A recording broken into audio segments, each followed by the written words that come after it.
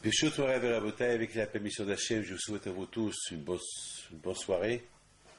Nous sommes aujourd'hui la paracha de Bo. Cette belle paracha, elle nous parle de la sortie de l'Égypte. Mais avant que les Juifs ont quitté l'Égypte, beaucoup de choses se sont passées. Il ne faut pas croire que la sortie de l'Égypte, c'était une simple sortie. C'était vraiment une sortie qui était pleine d'émotions. Imaginez-vous quelqu'un qui est en prison ou quelqu'un qui est à l'hôpital et qu'on lui dit ça, tu es en bonne santé, tu peux quitter l'hôpital. Imaginez-vous les souffrances qu'il a souffert pendant qu'il était à l'hôpital, avant qu'il est entré à l'hôpital, et maintenant l'heure qu'il doit quitter l'hôpital, combien il est content. Imaginez-vous celui aussi qu'il est dans une prison. Alors, les émotions qu'il a passées avant et après, et mettons qu'il doit quitter, la joie qu'il a, qu'il est prêt pour cette joie-là, il est prêt à tout faire pour arriver à cette joie-là. Et le sourire et tout ce que vous voulez. Alors, Hachamim nous raconte que, avant que Yosef Hatzadik alav Shalom il est mort, il avait fait jurer ses frères de ne pas oublier ses ossements en Égypte. Et on n'a pas vu que ses frères aussi ils ont fait un pareil testament à leurs enfants de ne pas oublier leurs ossements en Égypte. Mais on a vu que Yosef, il a supplié ses frères, il les a fait même jurer de ne pas quitter l'Égypte sans les ossements. Et voilà maintenant que les Juifs, l'heure est arrivée pour quitter l'Égypte. Alors ils étaient paniqués parce que Pharaon les a paniqués, ils devaient tous quitter l'Égypte. Ils n'avaient pas le temps de rester en Égypte parce que vraiment Pharaon les a paniqués. Imaginez-vous les Juifs de l'autre côté, ils étaient quelques millions de personnes. Imaginez-vous, c'était des familles, c'était un grand déménagement, c'est pas facile. Imaginez-vous lorsqu'on déménage d'une maison à l'autre, combien les préparations que ça dure. Et là, c'était tout un peuple. Et tout était sur le dos de Moshe Rabbeinu. Il fallait gérer des centaines de milliers de familles. C'est 12 tribus. C'est des millions et des millions. Je ne peux pas vous dire exactement le nombre. D'après la Torah, c'était 600 000 hommes. À partir de l'âge de 18 ans, je crois, un peu moins de 20 ans. Alors imaginez combien des enfants il y avait qu'ils avaient 1 an, 2 ans, 3 ans, 4 ans, combien de milliers qu'ils avaient 5 ans, 6 ans, 7 ans, voilà. Et là, sans calculer les vieux, sans calculer les femmes, sans calculer les jeunes filles, c'était des millions. Et en plus, tous ceux qui se sont convertis au judaïsme, tous ces Égyptiens-là qui Erev on les appelle Am Bene Israël, le peuple qui se sont reliés au peuple d'Israël. Imaginez-vous, on ne peut pas décrire le nombre. Alors, tout ça, c'était sur le dos de Moshe Rabbeinu. Il fallait tout préparer. Et maintenant, il y a un problème. Ils étaient tous dans le stress pour quitter l'Égypte. Mais il y a le testament de Yosef. Yosef, il a donné un testament. Dans le testament de Yosef, c'est écrit que Yosef, il a fait jurer les bénis d'Israël de ne pas laisser ses ossements en Égypte. Il dit le Gaon de Vilna que Yosef Hatzadik, c'est lui qui a préparé la Géoula. C'est lui qui a préparé la délivrance des bénis d'Israël. C'est extraordinaire. Yosef Hatzadik alav Shalom, non seulement il a préparé les bénis d'Israël pour la délivrance, parce que s'il n'y avait pas Yosef Hatzadik, les Juifs ils seraient descendus en Égypte, forcément, étant donné que Yosef était roi, donc il les a hébergés chez lui. Donc il a préparé la venue des bénis d'Israël en Égypte et dans une bonne ambiance.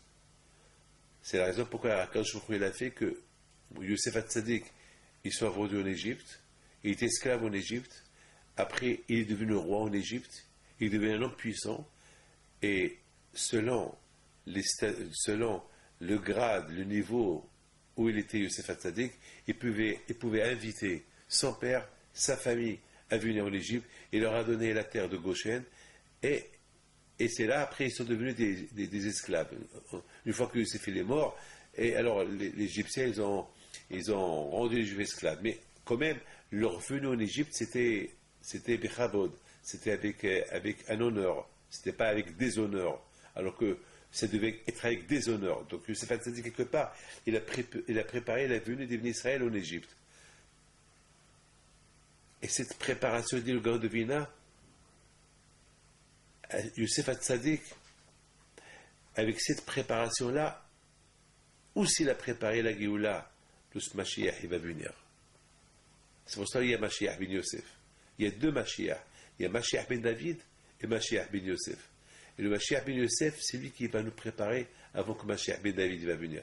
Si Dieu veut, si demain Mashiach ben David il va venir, alors avant que lui il vienne, il y aura un des descendants de Yosef Hatzadik qui s'appelle Mashiach ben Yosef qui va nous annoncer la Géoula. Donc on voit, Rabotai, on voit, mes amis, que Yosef Hatzadik, c'est lui qui a préparé la libération des Juifs de l'Égypte, et c'est lui qui a préparé, et c'est lui, grâce à lui, il nous a préparé aussi la libération, la deuxième libération, quelle est celle de Mashiach, c'est qu'on attend aujourd'hui, c'est qu'elle va être, si Dieu veut, imminent. Oui, on want Mashiach, on attend Mashiach, on ne sait pas quand, mais on attend. Si Yosef. Maintenant, on comprend très bien pourquoi les bénis Israël, avant de quitter l'Égypte, Yosef Hatzadik alav shalom, il leur a demandé parce que je me suis posé une question, pourquoi, je comprends, Yaakov Abino, il n'a pas voulu que ses ossements ils soient enterrés en Égypte, mais je n'ai pas compris pourquoi Yosef, il n'a pas voulu que ses ossements ils restent en Égypte, comme tous les Juifs, comme tous les millions de Juifs qui sont morts en Égypte pendant les 400 ans. Eh bien oui, le problème que Yosef Hatzadik aussi, s'il est mort en Égypte, qu'il reste en Égypte. Pourquoi il faut prendre ses ossements? Pourquoi? En plus, il les a jurés. Prenez mes ossements avec vous. C'est-à-dire que maintenant, ici, il leur a donné une bonne nouvelle. Il leur a dit, en prenant mes ossements, vous allez prendre vos ossements aussi. C'est-à-dire que si vous ne prenez pas mes ossements, vos ossements aussi, ils ne peuvent pas quitter l'Égypte. C'est-à-dire que Yosef Hatzadik dit à ses frères, en prenant mes ossements, vous pouvez prendre les vôtres. En prenant mes ossements, vous prenez vos ossements. Mais si vous ne prenez pas mes ossements, vous n'allez pas prendre vos ossements de l'Égypte. Alors ma question se pose, pourquoi Yosef Hatzadik, il a tant insisté, à tel point qu'il a juré ses frères pour qu'on prenne ces ossements de l'Égypte? Eh bien, je pense que les ossements de Yosef, ils sont très importants. Maintenant, très importants. Pourquoi? Parce que, quelque part, je m'excuse, avant que je donne ma réponse. Ça veut dire que, grâce aux ossements de Yosef qui vont prendre de l'Égypte, ils peuvent aussi prendre les ossements de ses frères. C'est-à-dire que s'ils ne prennent pas les ossements de Yosef Hatzadik, c'est que leurs ossements aussi, ils ne vont pas les prendre. Donc c'est un problème. Donc c'est-à-dire, il leur a dit, et de l'autre côté, il leur a dit, voilà, je vous donne une bonne nouvelle, en prenant les miens, vous pouvez prendre les vôtres. Si vous ne prenez pas les miens, vous n'allez pas pouvoir prendre les vôtres. Donc l'un dépend de l'autre. Donc bien sûr, ça les arrange que leurs ossements aussi soient enterrés en Israël et pas en Égypte. Alors, bien sûr, ils ont exécuté ces ordres. Maintenant, la question que j'ai posée, pourquoi? Quelle est la raison pourquoi quand Yosef Hatzadik, il a voulu que ces ossements, ils soient enterrés en Israël et pas en Égypte? Quelle est la raison? Oui, le mal. Oui, le mal. Et il y a beaucoup de tzadikim qui sont enterrés en Égypte. Il y a Rabbi Yaakov qui est enterré en Égypte. Il y a beaucoup de grands tzadikim qui sont enterrés en Égypte. Oui, le problème. Oui, le problème. Tous ces millions de Juifs qui sont morts pendant les 400 ans que les Juifs étaient esclaves en Égypte, ils sont enterrés en Égypte. Pourquoi Yosef Hatzadik, il a insisté pour que ses ossements, ils quittent l'Égypte? Pourquoi? Et comme récompense qu'il donne à ses frères, il lui dit, en prenant les miens, vous pouvez prendre les vôtres. Si vous ne prenez pas les miens, vous n'allez pas pouvoir les vôtres. Et d'ailleurs, c'est ce qu'on a vu dans la Torah. Lorsque les Juifs, ils étaient pressés pour quitter l'Égypte, c'est écrit que Moshe Rabbeinu, il est parti chercher les ossements de Yosef Hatzadik. Il les a trouvés. Une fois qu'il les a trouvés, c'est là que tout le monde a quitté l'Égypte. C'est-à-dire que s'ils n'auraient pas trouvé les ossements de Yosef, eh bien, ils ne pouvaient pas quitter l'Égypte. Pourquoi? Parce qu'il les a surmontés, il les a fait jurer. Vous ne quittez pas l'Égypte sans mes ossements. Donc, ce n'était pas possible. Lorsque Pharaon paniquait les Juifs, sortez, quittez, parce qu'il y avait la dernière plaie que les Égyptiens ont reçue, c'était la mort de tous les premiers-nés. Alors, Pharaon il était il était affolé, il sait plus où mettre la tête. Il est parti chez Moshe, il s'est prosterné devant lui, Moshe, Kapara, quitte l'Égypte, quittez l'Égypte. Et finalement, Moshe Rabbeinu arrive à Shalom, il a donné l'ordre à tout le peuple d'Israël. Maintenant, on peut quitter, on a ordre de quitter, pour ne pas qu'on demain on dit aux Juifs, ouais, vous êtes sauvés. Non, là, non, on ne s'est pas sauvé. Là, c'était avec le consentement de Paro qu'ils ont quitté l'Égypte. Et on peut citer Paro qui poussait les Juifs, qui poussait les Juifs. Allez, levez-vous, quittez mon peuple. Prenez ce que vous voulez, prenez toute l'Égypte. Hein, parce que chaque seconde que vous restez là, ça nous fait, ça peut faire qu'il n'y aura plus d'Égyptiens en Égypte. Alors, je vous en prie. Parce qu'ils ont vu, il n'y a pas une maison, il n'y a pas un mort. Donc ils avaient peur. Les Égyptiens, ils avaient peur. Et Paro, il était là. À tel point, il leur dit, je vous accompagne. Mais il y avait un problème. Il manque les ossements de Yosef. Donc, Yosef, sans les ossements de Yosef, ils ne peuvent pas quitter l'Égypte. Il ne peut pas. C'est comme quelqu'un qui va monter dans un avion. S'il n'y a pas le passeport, il ne peut pas traverser. Il n'y a pas ici des connaissances. Il n'y a pas. Ici, c'est pas, je connais celui-là, il va. Non, c'est un problème. Tu n'as pas de passeport, tu ne peux pas quitter le territoire. Il faut un passeport, il faut le billet, il faut plein de choses. C'est pas. Et surtout, c'est pas facile. Surtout à l'époque, l'Égypte, quitter l'Égypte, même que par il te donne la permission de quitter, mais il y a un problème. Il y a le serment de Yosef. Il ne faut pas quitter l'Égypte sans les ossements. Donc, très bien. Chaque tribu, il a pris les ossements de son truc, de son père. Réhobén, ils ont pris la tribu de Réhobén, ils ont pris les ossements de Réhobén. La tribu de Shimon, ils ont pris les ossements de Shimon. La tribu de Lévi et la tribu de Yehuda, ils ont pris les ossements de Lévi et de Yehuda. Et Yosef, parce que Yosef s'est caché. Les Égyptiens, ils l'ont caché. Et il faut trouver les ossements de Yosef. Comment on va quitter? Il nous a juré. D'ailleurs, on ne peut même pas quitter les territoires égyptiens avec ces ossements de toutes les tribus s'il n'y a pas les ossements de Yosef. Et comment on va faire? Alors, mon cher Rabbeinu, il est parti les chercher. Il les a trouvés. Maintenant, la question se pose. Maintenant qu'il les a trouvés, la question se pose. Quelle est la raison pourquoi Yosef il a insisté qu'on prend ces ossements? Quelle est la raison que Yosef Hatzadik il a voulu qu'on prenne ces ossements? Pourquoi? Maintenant, on comprend très bien. Je pense trouver une réponse. Je pense. Grâce à Dieu, la Torah, elle est super. Avec la Torah, on devient milliardaire. Ou milliardaire de connaissances. La Torah, elle est vaste. Elle est vaste, la Torah. On comprend? Alors, j'ai pensé expliquer. J'ai dit, étant donné que qui a préparé la venue des Juifs en Égypte? C'est Yosef Hatzadik. Yosef Hatzadik, alors que lui, il a tant souffert en Égypte, mais de cette souffrance, elle est sortie un bien. Lequel? Qu'après il est devenu un roi, et après, il a amené sa famille en Égypte. Au lieu que sa famille, ils vont descendre en Égypte de force, là, il les a amenés avec kavod, avec dignité, et petit à petit, ils sont devenus esclaves. Et de la même façon, et c'est très important, que Yosef Hatzadik, c'est-à-dire que Yosef Hatzadik, il a préparé quelque part le territoire à ses frères. Il a préparé le territoire à tous ses frères, à tout le peuple d'Israël. Il leur a préparé un territoire que voilà, vous allez commencer en beauté, vous allez terminer mal, mais après vous allez reterminer vers la fin en beauté. Donc c'est quelque part. Et après il leur a dit, pas kodifko le cas. Après Yosef leur a dit, et après vous allez voir, Akadosh Baruch Hu, il va vous libérer, il va vous envoyer un Mashiach qui s'appelle Moshe Rabbeinu, et il va vous libérer. Donc quelque part, Yosef Hatzadik, lui, c'est lui qui a préparé la venue des Juifs en Égypte, c'est lui qui leur a annoncé la libération de l'Égypte.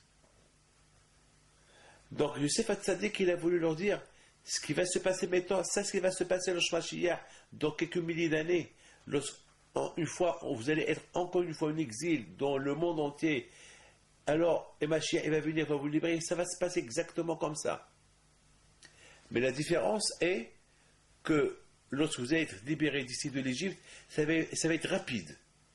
Mais lorsqu'il y aura la libération du deuxième Mashiach, ça va être une libération tranquille, avec détente, avec joie.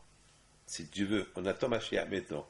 Eh ben, on a une promesse des prophètes que ça va être avec joie, avec détente, pas vite, comme qu'il a fait Paro à nos parents. Quittez vite, quittez vite, quittez vite.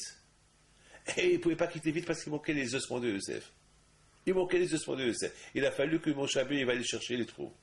Quelque part, Yosef Hatzadik Alav Shalom, il nous annonce une très bonne nouvelle. Il dit au Béni Israël, si vous quittez l'Égypte, ne quittez pas l'Égypte sans mes ossements. Pourquoi? Parce que mes ossements, ils vont vous rappeler pendant des milliers d'années qu'il va y avoir une deuxième Géoula, une deuxième délivrance. Cette délivrance que nous aujourd'hui on entend. Donc ça vaut la peine de prendre mes ossements. Donc quelque part les ossements de Yosef qui sont aujourd'hui à Shrem, en Israël, chaque fois qu'on entend Shrem, on pense au tombeau de Yosef Hatzadik. Et alors, on entend au tombeau de Yosef Hatzadik, automatiquement, quand on pense, c'est Yosef qui a préparé la venue des Juifs en Égypte. C'est Yosef qui leur a prédit qu'il va venir un Mashiach qui va les libérer. Et c'est Yosef Hatzadik aussi qui leur a prédit qu'il y aura encore une autre libération. Donc le fait qu'on voit les ossements de Yosef en Israël, ça nous rappelle qu'un jour on va retourner en Israël, qu'il y aura une deuxième libération.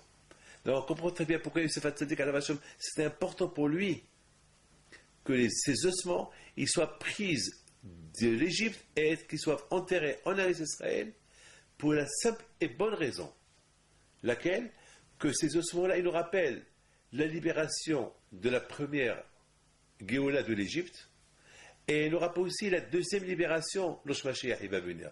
Donc quelque part, on comprend pourquoi Yosef Hatzadik, il a voulu que ces ossements ils soient déterrés de l'Égypte et être enterrés en Israël, et que ces ossements-là, ils vont nous rappeler, si Dieu veut, la nouvelle Géoula qui va venir, la nouvelle libération. Maintenant, on comprend une question que tout le monde pose. Tout le monde pose une question. Tout le monde pose une question. Yaakov Abinu, il a partagé Israël aux 12 tribus. Mais ce qui est impressionnant, Yaakov Abinu, il a donné Shrem en plus à Yosef Hatzadik. En plus, ça veut dire qu'il n'a pas fait un partage équitable. Alors on aurait pu se poser une question. Alors, toute la raison pourquoi Yosef Hatzadik a été vendu par ses frères, pourquoi? Parce que Yaakov Abinu, il a montré qu'il préférait Yosef qu'à ses frères. Alors, puisqu'il a préféré Yosef qu'à ses frères, il a rendu ses frères jaloux. Pourquoi? Papa, il aime Yosef plus que nous. Alors maintenant, qu'est-ce qui se passe? Maintenant qu'ils ont fait la paix, ils donnent, une fois qu'ils donnent un partage équitable à tout le monde, ils donnent à Yosef un extra, un plus, une ville qui s'appelle Shrem. Pourquoi? Est-ce qu'Yaakov n'a pas peur qu'en donnant à Yosef un plus, il va rendre encore ses frères jaloux? Alors, tout le monde pose cette question-là. Mais d'après ce que je dis, la question est répondue. Le contraire, même ses frères, ils sont contents que Yosef, il a pris Shrem, la ville de Shrem. Pourquoi? Parce que cette ville de Shrem où il va être entré Yosef, elle apporte un avantage, elle apporte une bonne nouvelle à tout le peuple d'Israël, laquelle, la promesse de Yosef. Yosef Hatzadik, c'est lui qui a préparé le terrain pour la libération du peuple juif et de l'Égypte, et c'est lui qui a préparé la libération de Mashiach, c'est ce qu'on attend aujourd'hui. Donc notre émouna aujourd'hui, Mashiach il va venir.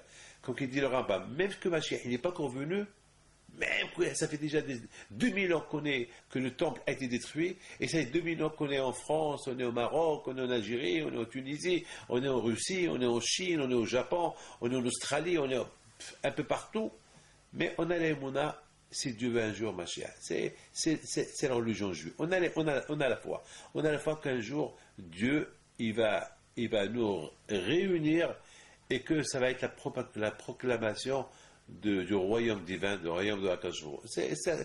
Moi, je n'invente pas, moi je dis ce que la Torah a dit, c'est tout. C'est ce que la Torah a dit. Je m'excuse si je force quelqu'un, je force personne. Chacun Chaque juif, il a l'obligation d'avoir cette laïmouna à Kajour. Comme par exemple, on n'a pas le droit de manger le cochon, on n'a pas le droit de manger le lait, la viande, on n'a pas le droit de toucher une femme nida, et tout ça pourquoi? Il n'y a pas de raison pourquoi. Il n'y a pas de raison. La raison, elle est simple. On n'a pas le droit, c'est tout. C'est la volonté d'Hachem, c'est tout. Avant, on était en Israël, on avait le temple, le Beth Amikdash. Malheureusement, le temple a été détruit par les Romains. Les Juifs, ils sont un peu partout en exil. Jusqu'à maintenant, on est en exil. Même qu'on a Israël, que les Juifs, ils habitent en Israël, mais les Juifs, ils sont encore en exil. Ce n'est pas une vraie libération. La vraie libération, elle viendra une fois que Mashiach va venir et qu'il va nous réunir tous, il va nous ramener en Israël, et là, il y aura c'est là que Hachem, le monde entier il va commencer à croire en lui, parce qu'aujourd'hui, c'est pas tout le monde qui croit en Dieu. Il y a ceux-là qui sont laïcs, ceux-là qui croient avant ça, ceux-là qui croient avant ça. Chacun est sa émouna, chacun est sa foi. Mais la foi en Dieu réel, Hachem, Dieu, quand on dit El Hagadol, le Dieu grand, le Dieu tout-puissant, ça, c'est pas tout le monde. Il y a beaucoup de gens, dans le monde qui croient en lui, mais c'est pas tout le monde. C'est pas tout le monde. Nous, on croit en lui, et les musulmans, ils croient en lui. Il y a d'autres religieux qui croient en lui, mais c'est pas le monde entier. Donc c'est Dieu, lorsque Dieu il viendra un jour, qu'il va y avoir des forces qui vont montrer que que l'Éternel, il est unique. Et Hachem, il est Hachem. C'est lui le Dieu tout-puissant. C'est tout. C'est pas le Dieu, on dit le Dieu tout-puissant rien qu'avec la bouche et après on fait n'importe quoi. Non, il faut que ce soit Hachem, le Dieu tout-puissant, et dans la bouche et dans le cœur et le sentir. Et c'est ça. Donc, quelque part, l'enterrement de Yosef Hatzadik à Shrem, ou bien, disons, le cadeau qu'a donné Yaakov Avinu à Yosef Hatzadik, et que Yosef Hatzadik, il a pris la permission de dire à ses frères, puisque papa il m'a donné une ville en plus, c'est-à-dire qu'il veut que je sois enterré là-bas. Comme ça, Yosef, il a expliqué. Donc, je vous fais jurer de prendre mes ossements. Et la raison pourquoi je vous fais jurer de prendre mes ossements et les enterrer à Shrem, c'est parce que, étant donné que c'est moi qui vous a préparé la venue en Égypte, et c'est moi qui vous prépare aussi de la deuxième libération qui va se faire dans quelques milliers d'années, alors c'est important pour vous de voir mes ossements pour qu'ils vous rappellent la libération que vous allez être libéré de l'Égypte, et la libération que vous allez être libéré de tout l'exil que vous allez retourner en Israël. Donc, quelque part, si Yosef, comme il dit le gars de Vina, Yosef, il a préparé la libération de l'Atid Lavo. Il a préparé la libération des temps à venir. Et, mes amis, maintenant on comprend très bien pourquoi Yosef Hatzadik il a insisté pour qu'on prenne ses ossements. Et en contrepartie, il leur a donné un cadeau. Si vous prenez mes ossements, vous pouvez aussi prendre vos ossements aussi avec vous. Eh, chers frères, vous ne préparez les miens, non seulement vous n'allez pas prendre les vôtres, mais vous n'allez pas être libérés de l'Égypte. Votre libération de l'Égypte ne va pas avoir lieu. C'est la raison pourquoi Yaakov et Moshe Rabbeinu alayhi shalom, la première chose qu'il a fait au moment qu'ils étaient en train de quitter l'Égypte, c'est chercher les ossements de Yosef Hatzadik. Symbolique. Et les prendre avec eux dans le désert, et de là-bas, une fois qu'ils sont arrivés en Israël, après 40 ans, ils les ont enterrés à Shrem. Et tout ça, c'est pour rappeler, pour nous renforcer dans l'aïmouna, que Yosef, il nous a préparé le terrain en Égypte. La parole de Dieu, et c'est accompli, et qu'il a dit à Abraham, pendant 400 ans, on va être des esclaves en Égypte, et après on va devenir un peuple. Hachem a réalisé ce qu'il a promis à Abraham.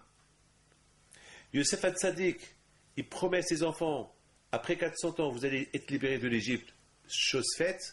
Et en plus, Yosef Hatzadik, il dit, sachez que votre venue en Eretz Israël, et qu'après vous allez repartir encore en exil, sachez que vous n'allez pas rester en exil éternellement. Hachem va encore vous réunir et vous ramènerait en Eretz Israël avec Mashiach. Donc c'est important. Les ossements de Yosef nous rappellent cette promesse-là. Maintenant, voyons un peu qui était Youssef. Parce que Youssef, ça dit quand même, c'est super ce qu'il est en train de faire là. Il y a des choses cachées dans ce qu'il est en train de faire Youssef.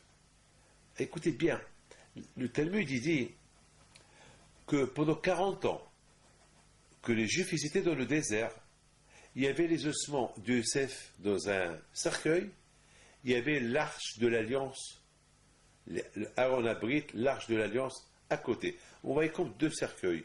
Un cercueil où il y avait des ossements et un autre cercueil qui s'appelle Aaron, mais là c'est pas un cercueil, là il y a la Torah dedans. C'est l'arche de l'alliance, avec les deux malachim, les deux anges qui étaient dans le cercueil, dans le Aaron à Kodesh que le Kohanim transportait. C'est inimaginable. Un cercueil et l'arche de l'alliance, qui était aussi sous forme de cercueil. Et à l'intérieur, il y a la Torah, les deux tables de la loi. Là, il y a des ossements, et là, il y a deux tables de la loi. Qui veut dire quoi? Un symbole, symbolique, pour chaque juif qui voyait ces deux cercueils marcher. Le cercueil de Youssef et l'arche de l'alliance, côte à côte, qui marchent dans le désert pendant 40 ans. Incroyable, extraordinaire. C'est quoi ça? Eh bien, la réponse, elle veut dire, regardez, Youssef Hatzadik qui était en Égypte. L'Égypte, c'était un pays idolâtre. L'Égypte, c'était un pays où ils ne croyaient pas en Dieu. L'Égypte, c'était un pays où il y avait là-bas que Arayot, la débauche. Toutes les femmes, ils étaient nues. Et Youssef était un bel homme. Et toutes les femmes voulaient de Youssef. Et Youssef, il était obligé d'être 10 ans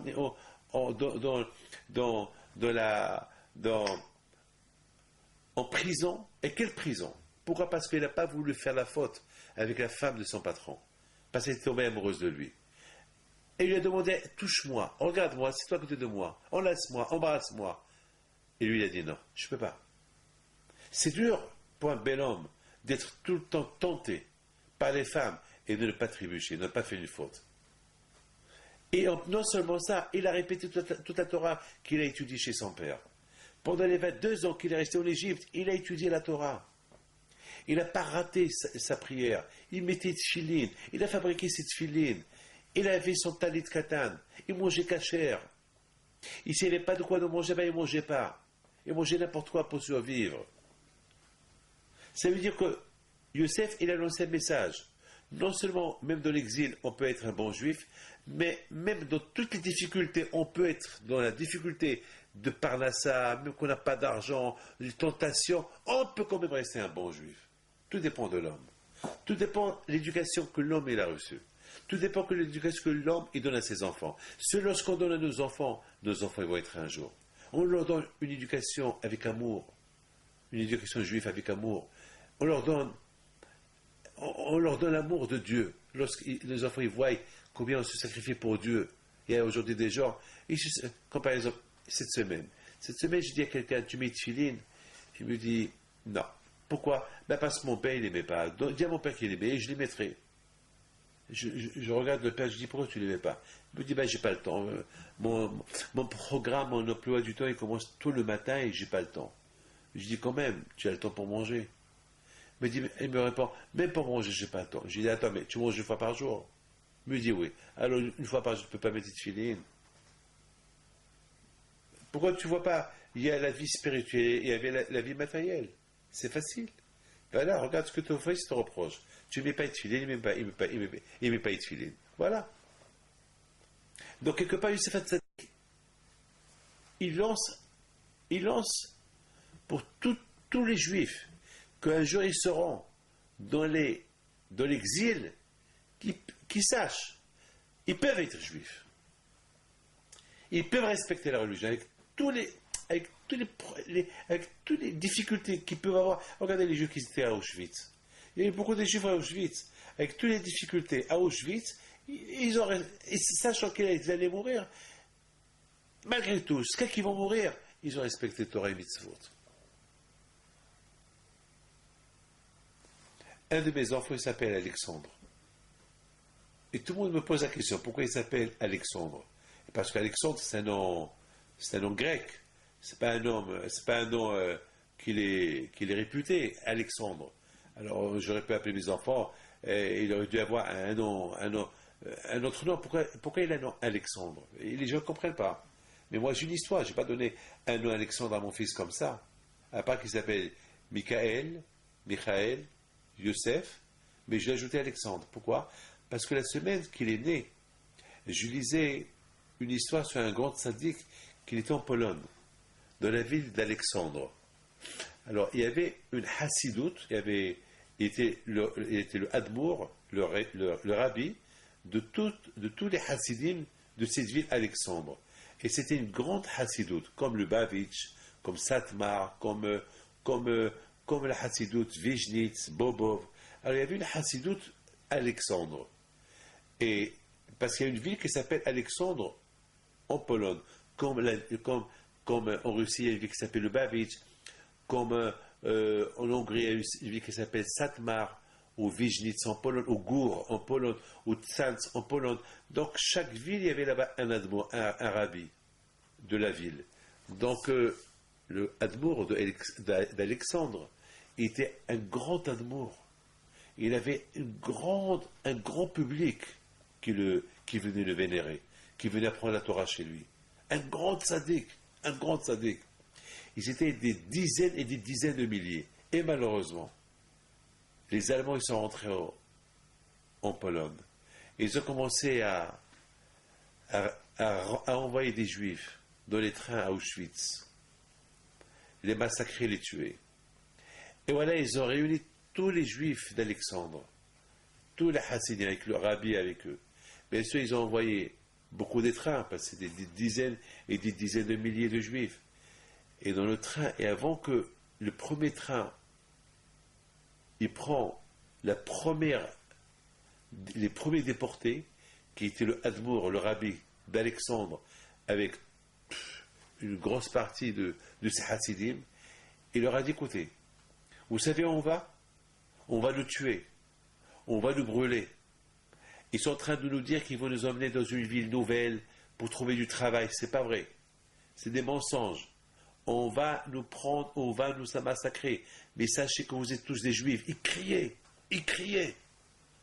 Il leur a dit, jusqu'à notre mort, on ne va pas arrêter de faire Shema Israël. On va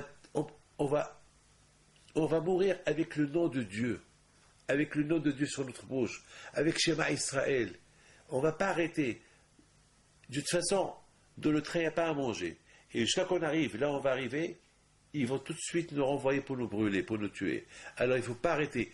Tant que chaque seconde que vous pouvez chanter Baruch Hu Elokeinu, que Dieu soit puissant, on croit en Dieu, on est prêt à donner notre âme. Baruch Hu Elokeinu, et Shema Israël, Adonai Eloheinu, Adonai Had. Il faut chanter, ne cessez pas. Comme ça, on va montrer à nos ennemis qu'on n'a pas peur d'eux, et qu'on va montrer à Dieu combien on l'aime. Combien on l'aime. J'arrête, et je vous raconte une histoire.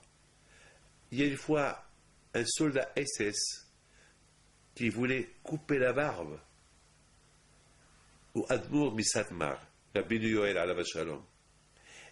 Et le Admour Misatmar, il a mis ses mains sur sa barbe. Et l'Allemand, le SS, le nazi, lui dit, tu sais que, comme toi, je n'ai tué des milliers. Pour me régaler, je peux te couper et tes mains avec la barbe avec. Alors il lui a dit, commence par mes mains. Je ne peux pas voir mes mains sans protéger ma barbe. Avant que tu coupes ma barbe, coupe ma main. L'Allemand, il voit ça, et il lui dit, vous êtes un peuple têtu. Ben justement, parce que tu veux pas, justement, parce que tu veux pas que tu me laisses te couper la barbe, alors je te laisse vivre pour souffrir. Grâce à Dieu. Il est resté vivant. Et c'est lui qui a construit après la Hassidoute de Satmar en Amérique. Aujourd'hui, ils sont presque 50 000, 60 000 personnes ou plus. L'une des plus grandes Hassidoutes de le monde, Satmar. Il y avait un autre qui s'appelle le Admo de Tzantz. Le Admo de Tzantz, lorsqu'il était en captivité en Allemagne, à Auschwitz, parce qu'il était fort, donc il lui a donné des travaux forcés. Et un jour, un Allemand, un nazi, lui dit: je comprends pas. Je comprends pas.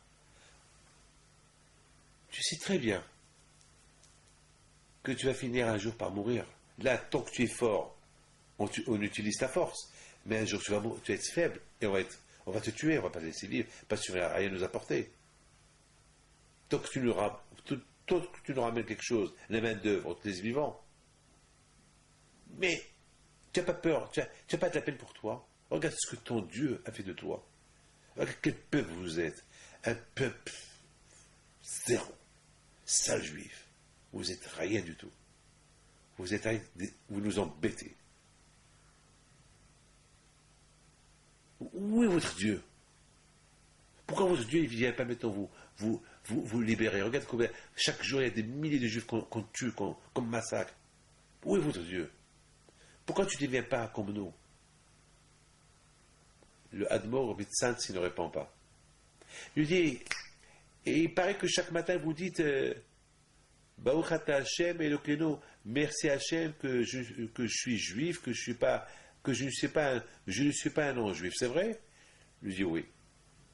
Ben voilà, toi tu es juif, moi je ne suis pas juif. Ben regarde comment je suis, regarde toi dans quel état tu es. Là le Admor de Tzantz lui dit, pour ça je vais te répondre. Ben si j'aurais pas été juif, quoi? J'aurais été un nazi? Ah ben merci Hashem que je ne suis pas un nazi. Si j'aurais été un nazi, j'aurais été cruel comme toi. Tuer des innocents. C'est ça l'être humain? Cette phrase, elle a blessé l'Allemand. Elle l'a blessé. Il le regarde. Il dit, bon, je t'ai compris. Je ferai tout pour te sauver. Au fond, tu as raison. Eh bien, cet Allemand-là, il n'a pas tué le Admor Mitzantz, il l'a sauvé. Regardez la bouteille. Lorsque le nazi a compris la vérité, ben il a compris la vérité, il a laissé la vie sauve à ce tzaddik-là qui est devenu aujourd'hui un des grands tzaddikim. Il est mort il y a quelque temps, il est enterré à Natania, le Admor Mitzantz. Si vous allez à Natania, vous allez pèleriner à Natania. Rabbeinu Yoel Misatma, que j'ai parlé de tout à l'heure, si un jour vous allez le pèleriner, il est à Monroe, aux États-Unis, à côté de New York. Il est enterré là-bas. Je vous raconte une autre histoire. C'est Rabbi El-Hanan Wasserman. C'est un grand tzaddik, il a écrit plein de livres. Rabbi El-Hanan Wasserman, lui, à l'époque que les nazis ont pris contrôle en Europe, lui était en Amérique pour amasser de l'argent, pour la yeshiva. Et entre-temps, la guerre, elle a éclaté. Et Rabbi El-Hanan Wasserman, il n'avait pas le choix de retourner en Pologne. Et tous les rabbinim, ils ont dit, tu sais qu'en Pologne, ils tuent les juifs. Les Allemands, ils ont occupé la Russie, la Pologne, l'Europe. Ils sont en train d'occuper la France. Si tu vas là-bas, ils vont te tuer. Il leur a dit, je suis obligé. Au moins, si ma yeshiva, ma famille, ils doivent mourir, eh ben, je vais mourir avec eux. D'après ce que je sais, que les Allemands, ils ne sont pas encore rentrés dans ma ville, en Pologne. Donc je vais voyager en Angleterre, et de là-bas je vais voyager en Pologne. Ils ont essayé par tous les moyens pour qu'il ne voyage pas, qu'il change d'avis. Mais il a tenu à voyager. Et il arrive en Pologne, après 3 mois de voyage. Dès qu'il arrive à la frontière, c'était les nazis. De loin, les nazis le regardent, ils voient un juif avec une barque, il arrive. Ils étaient étonnés. Les juifs, ils se sauvent de l'Europe pour avoir leur vie sauve. Et celui-là, il vient en Pologne. Une fois qu'il est arrivé, il arrête. Il y avait un nazi qui vient chez lui et lui dit, tu sais c'est quoi ton avenir ici? Il a dit, je sais comment la venue ici, c'est d'être tué. Je sais qu'on tue les juifs. Mais moi, si je dois mourir, je vais mourir avec ma famille. Je vais mourir avec mes élèves, avec ma yeshiva, avec les gens de ma ville. Je sais qu'ils sont en train de les réunir, d'après les dernières informations que j'ai eues, mais ils n'ont pas encore déporté là où ils doivent les déporter. L'Allemand, lorsqu'il entend ça, il lui dit, bon, parce que tu as été honnête, alors je vais t'accompagner moi-même à ta ville, comme ça on ne te tue pas sur la route. Et c'est ce qu'il a fait. Et lorsqu'il arrive dans sa ville, il a vu des annonces de partout, que demain, à telle et telle heure, le rassemblement à tel et tel endroit de tous les juifs de la ville. Les juifs qui l'ont vu lui disent, mais pourquoi tu es venu? Tu es venu au Mans? Il leur a dit, ben justement, je suis super content. Super content. Je vais mourir avec vous. Au moins ce soir-là, on va étudier tous ensemble la Torah. On va mourir avec l'étude de la Torah. On va montrer à tout le monde qu'on n'a pas peur de personne. On va mourir avec la Torah. D'ailleurs, tout à l'heure, j'ai oublié de vous dire, sur le Admour de Alexander, la façon comme il a été tué, et la façon comme il a préparé ses élèves à mourir pour le nom de Dieu, ça m'a donné la chair de poule. Et j'ai dit, chez ma femme, elle accouche un enfant, je l'appellerai Alexandre. Et c'est pour ça que je l'ai appelé Alexandre, sur ce Admour de Alexandre. La façon comment il aimait Dieu, même sachant qu'il allait mourir, et comment il a incité, il a réveillé tout son public à chanter Shema Israël jusqu'à la dernière minute. Je dis, que Dieu fasse qu'un de mes enfants, cet enfant-là, il aimera Dieu comme que lui, il a aimé Dieu. Il donnera, vous savez, il y a deux façons comment donner la vie pour Dieu. C'est pas qu'en mourant, on donne la vie pour Dieu. Même en vivant, on peut donner la vie pour Dieu. Comment en vivant, on peut donner la vie pour Dieu? Lorsqu'on fait le mitzvot. Une fois, il y a un juif, il y a un rabbin qui dit à un juif, non, pardon, il y a un juif qui dit au rabbin, aujourd'hui, ça n'existe plus mourir pour le nom de Dieu. Avant, les gens mouraient pour le nom de Dieu, ou parce qu'ils sont juifs, comme à l'époque de la Shoah, à l'époque de l'Inquisition espagnole, etc. Aujourd'hui, c'est pratiquement, on ne voit pas des gens qui forcent les juifs à mourir pour sanctifier le nom de Dieu. Ça n'existe pas aujourd'hui. Il dit, non, ça n'existe pas, mais c'est bien de vivre pour le nom de Dieu. C'est pas que mourir pour le nom de Dieu. C'est bien de vivre pour le nom de Dieu. Vivre et faire vivre le nom de Dieu. Ça, c'est encore plus important que mourir pour le nom de Dieu. Tu meurs pour le nom de Dieu, ça y est, tu meurs, tu peux rien faire. Mais vivre pour le nom de Dieu, c'est plus important. Chaque jour que tu vis, et tu fais vivre le nom de Dieu. Tu vis comme un juif, tu fais le mitzvot, etc. Ça, c'est ce qu'on appelle vivre pour le nom de Dieu. Ça, c'est encore plus important que mourir pour le nom de Dieu. Donc, mes amis, c'est la raison pourquoi j'ai donné le nom Alexandre à mon fils par rapport à cette grande sadique d'Alexandre. Ah, maintenant, je retourne à l'histoire de Rabbi Elhanan Wasserman, qui dit maintenant à ses enfants, à toute la yeshiva, à tout le monde, ce soir on va étudier la Torah. Et toute la nuit, ils ont étudié la Torah. Toute la nuit, ils ont étudié la Torah. Toute la nuit. Ils ont étudié la Torah toute la nuit. Et il a donné des cours. Et il y a son fils qui vient chez lui, il dit, papa, je t'ai jamais donné de cadeau. J'ai un cadeau pour toi. J'ai une paire de chaussures que je t'ai achetée et je te l'offre, papa. Ouais, si tu peux, au moins, tu les portes jusqu'à qu'on nous déporte, jusqu'à qu'on nous tue. Moi, j'ai accompli une mission que j'ai donné un cadeau à papa. Alors, il dit à son fils, merci mon fils, il a fait une paire de chaussures, il les met. Après quelques heures, il voit son père qui a enlevé les chaussures, il a remis les autres chaussures qu'il portait avant. Et il dit, papa, mais je t'ai offert une belle paire de chaussures qui sont a priori bien. C'est bien pour les pieds, je ne vois pas pourquoi tu les as enlevés. Il dit, mon fils, tu sais pourquoi? Parce que ces chaussures que tu m'as données, il y a des lacets. Et ces lacets, il faut les fermer chaque fois. Et ça s'ouvre, il faut que je les ferme. Et chaque fois lorsque les lacets s'ouvrent, je suis obligé de me pencher pour les fermer. Et ça me prend quelques minutes. Et pendant ces quelques minutes-là, je n'étudie pas la Torah. Alors ça fait de la peine.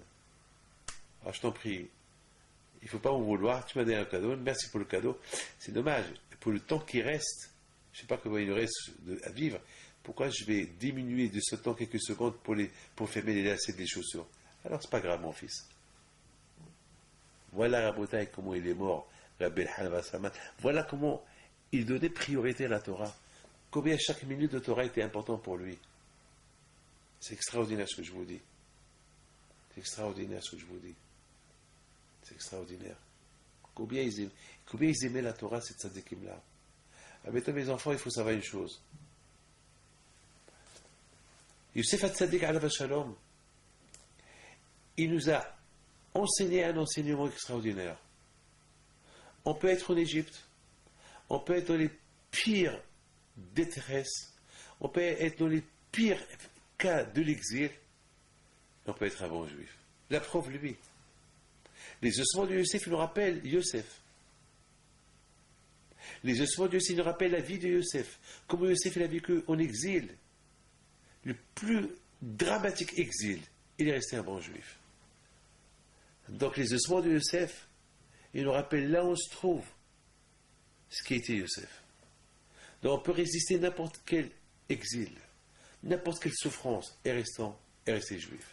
Et c'est la raison pourquoi Yosef, il a voulu qu'on prenne ses ossements en quittant l'Égypte.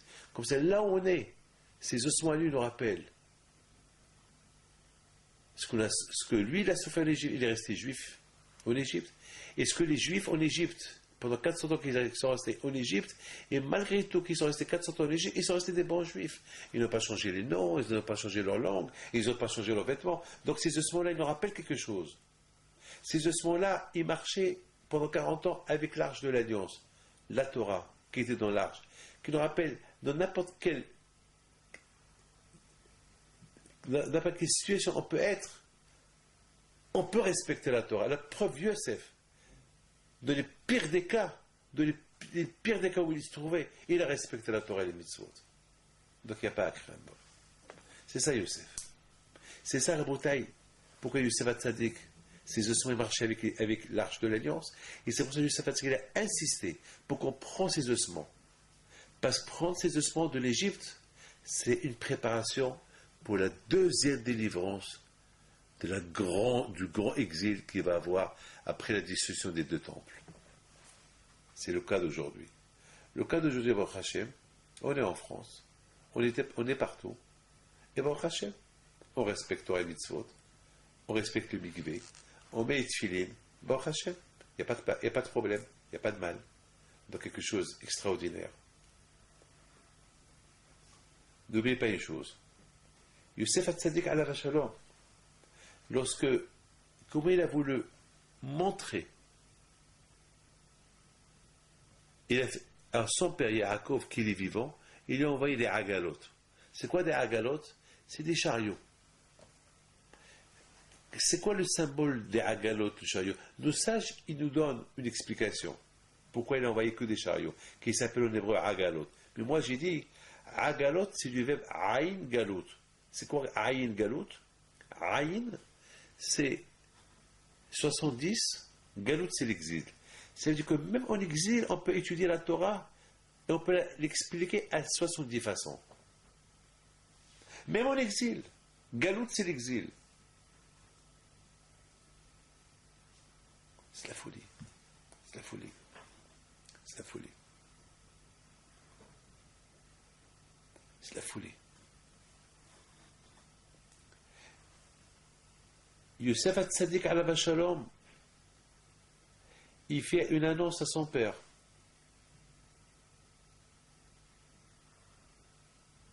Que même en exil, avec l'étude de la Torah, on peut fermer la bouche du Satan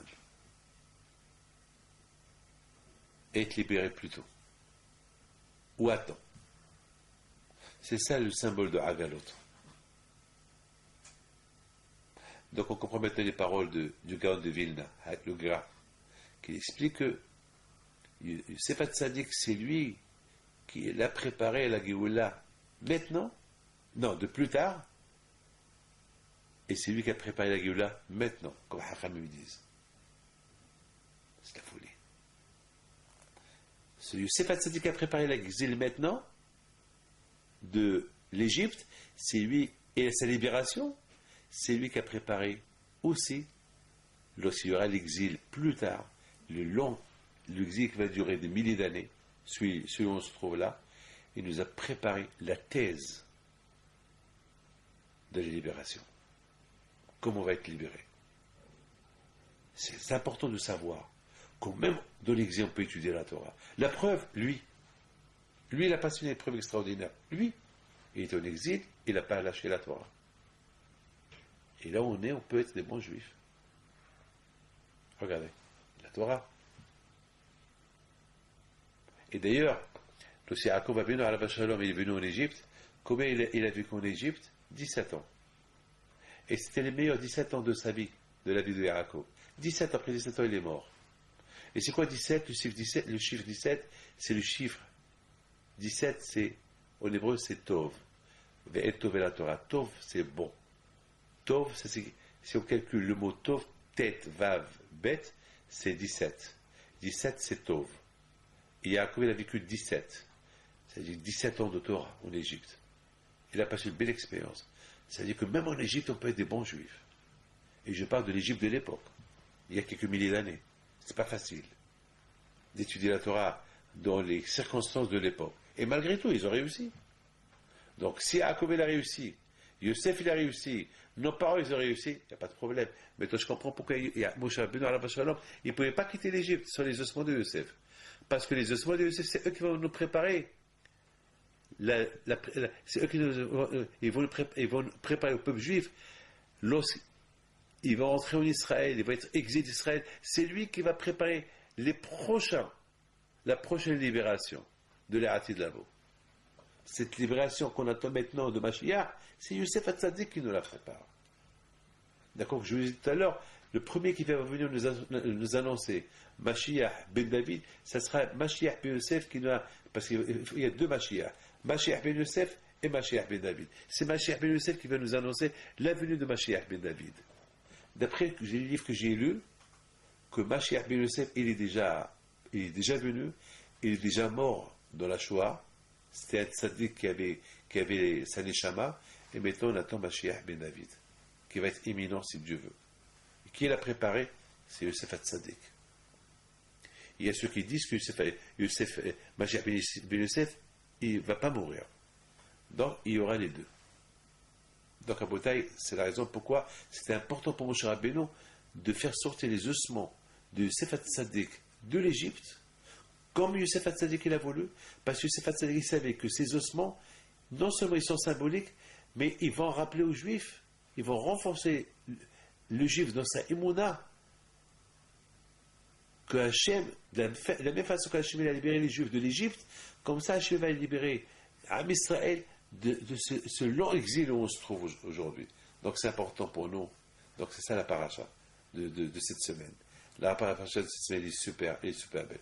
Je vous souhaite à vous tous une bonne santé, que le bon Dieu vous protège, et que tous, si Dieu on verra Mashiach venir, et bien Hachem, que Akadosh Baruch Hu, il vous donne bracha betzlaha, amen keratzon.